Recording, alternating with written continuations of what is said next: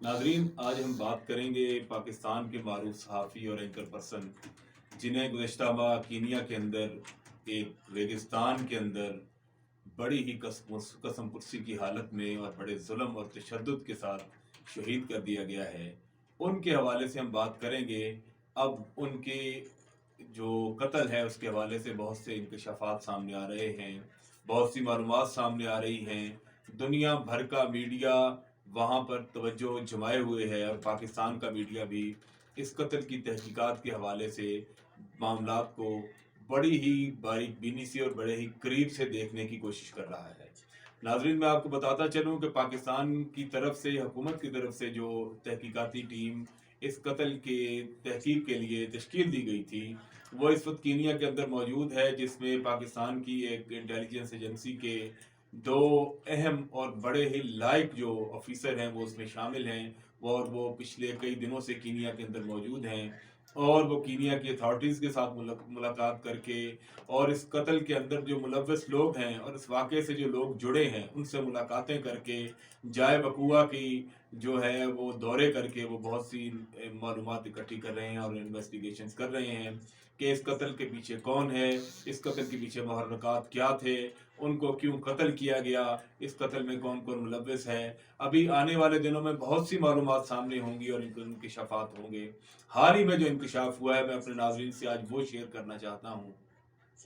पहला तो ये इंकशाफ हुआ है कि अरशद शरीफ जो हैं वो कत्ल हो गए हैं, लेकिन दो अहम चीज़ें उनकी जो हैं वो नहीं मिल रही। उनमें एक उनका मोबाइल फ़ोन है और एक आईपैड है जो उनके ज़ाती इस्तेमाल की चीज़ें हैं। पाकिस्तान की तरफ से जो यहाँ से टीम भेजी गई है उसने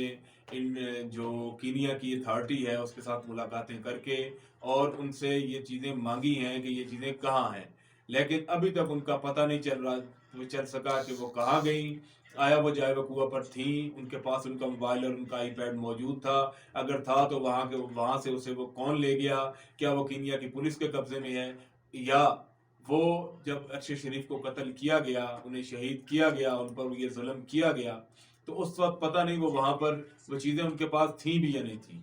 दूसरी चीज़ जो अहम चीज़ इस वक्त सामने आई है वो अरशद शरीफ की पोस्टमार्टम रिपोर्ट है कि अरशद शरीफ शहीद जो हैं उनको, अब वो पोस्टमार्टम रिपोर्ट ये बताती है कि उनको शहीद करने से पहले इनके ऊपर 3 घंटे तक शदीद जुल्म किया गया और शदीद तशद्दुद किया गया, उनकी हड्डियां तोड़ी गई। पोस्टमार्टम रिपोर्ट ये बताती है कि उनकी कोहनी की हड्डी टूटी हुई थी, वहां पर गहरा जख्म था, उनके घुटने के पास जख्म था। इसके अलावा उनकी 3 उंगलियां टूटी हुई थी जब वो शहीद हुए। और पोस्टमार्टम रिपोर्ट में एक नया इंकशाफ ये हुआ है कि उनके नाखून, 3 उंगलियों के नाखून भी उखेड़े गए थे। इसका मतलब है कि उनको किसी बड़े ही जालिम शख्स ने जुल्म करने के बाद, उनको तशद्दुद का निशाना बनाने के बाद और शायद उनसे कुछ राज उगलवाने के लिए, अब अल्लाह जानता है कि वो राज क्या थे या वो मालूमात क्या थी जिनको वो उगलवाने के लिए पहले उन पर तशद्दुद किया, उनको मारा और उसके बाद फिर उनको सर और उनकी जो कमर में है वो गोली मार कर उनको शहीद किया गया। इसी तरह से एक और इंकशाफ जो सामने आया है वो ये है कि अरशद शरीफ जिस फायरिंग रेंज, वो जो फार्म हाउस था जहां फायरिंग रेंज भी कायम थी, वहां पर यह इंकशाफ भी हुआ है कि 10 अमेरिकन जो हैं वो वहां पर मौजूद थे जहां अरशद शरीफ उस दिन गए या जहां से वो रवाना हुए अपने दोस्तों के फार्म हाउस जिसको कहा जा रहा है। जब वहां से रवाना हुए तो वहां पर 10 अमेरिकन ट्रेनर्स मौजूद थे। उनकी वहां मौजूदगी की क्या वजह थी, वो वहां पर क्या कर रहे थे, उनके मौजूदगी के वहां पर क्या मकासद थे, ये भी आने वाली दिनों में इन्वेस्टिगेशन से मामला सामने आएंगे। इसके अलावा एक और चीज़ जो सामने आई है कि अरशद शरीफ जो हैं वो जिस गाड़ी से पहले जो दोस्त उनके, जिनको उनका दोस्त कहा जा रहा है, जिनकी गाड़ी में वो ट्रैवल कर रहे थे,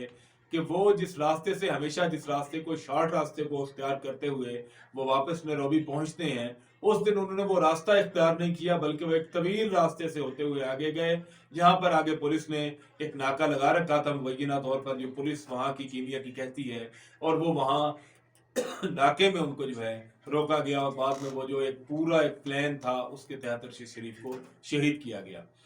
اس کے علاوہ حال ہی میں ارشد شریف کی جو اہلیہ جویریہ ہیں، انہوں نے ارشد شریف کی اہلیہ جو جویریہ ہیں انہوں نے ایک انٹرویو دیا ہے پاکستان کے ایک معروف جریدے دا نیشن اخبار کو، اور انہوں نے دا نیشن کو انٹرویو میں یہ کہا ہے کہ ان کی فیملی یہ سوچ رہی ہے، پہلی بات تو انہوں نے یہ کہی جویریہ نے کہ میں نے ارشد شریف کو منع کیا تھا کہ اور کہا تھا کہ آپ فوری طور پر کینیا سے نکل آئیں، کیونکہ کینیا کو محفوظ جگہ نہیں ہے رہنے کے لیے۔ اب ہمیں اگر انصاف نہ ملا تو ہم اقوام متحدہ کی جو انٹرنیشنل کورٹ آف جسٹس ہے، عالمی عدالت انصاف، تو ہم یہ غور کر رہی ہے ہماری فیملی کہ ہم اس کا دروازہ کھٹکھٹائیں گے، اور میں اپنے شوہر کا حساب اور اس کے قتل کی تحقیقات اور اس کے مجرموں کو قانون کے کٹہرے تک لائے بغیر چین سے نہیں بیٹھوں گی۔ ناظرین، اس کے علاوہ ایک چیز اور جو اس سامنے آئی ہے وہ یہ ہے کہ ارشد شریف کی جو پاکستان کے اندر جو پوسٹ مارٹم کیا گیا ہے اس کی رپورٹ کے حوالے سے، اس میں ابھی تک تو وہی معاملات ہیں کہ ان کو گولی لگی، ان کی ہڈیاں ٹوٹی ہوئی تھیں، وہی معاملات سامنے آئے ہیں۔ مزید تفصیل اس پوسٹ مارٹم رپورٹ میں کیا ہے، آنے والے دنوں میں یہ بات سامنے آ جائے گی۔ ناظرین، آپ کو ہم بتائیں کہ اس طرح کے جو قتل ہوتے ہیں جس میں بڑے بڑے مقاصد جس کے پیچھے ہوں، جس کے پیچھے بڑے بڑے ہاتھ ہوں، اور جو کئی مقاصد کو حاصل کرنے کے لیے قتل کیے جاتے ہیں، ان کی تحقیقات کبھی کنکلوڈ نہیں ہوئی، کبھی اپنے حتمی نتائج تک پہنچی نہیں ہیں۔ اس سے پہلے پاکستان میں لیاقت علی خان کا قتل ہو، محترمہ بینظیر بھٹو کی شہادت ہو، یا اس کے علاوہ جتنے بھی بڑے بڑے قتل ہوں، وہ چودھری شجاعت کے والد کا قتل ہو، خواجہ سعد رفیق کے والد کا قتل ہو، جماعت اسلامی کے رہنما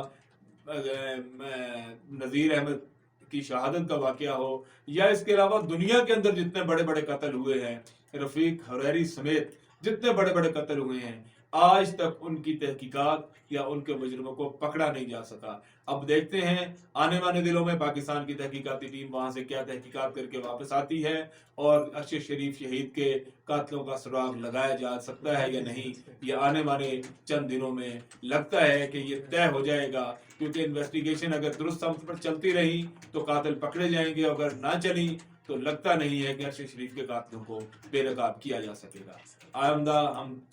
کل ہم نئی ویڈیو کے ساتھ اپنے ناظرین کے سامنے حاضر ہوں گے۔ بہت شکریہ۔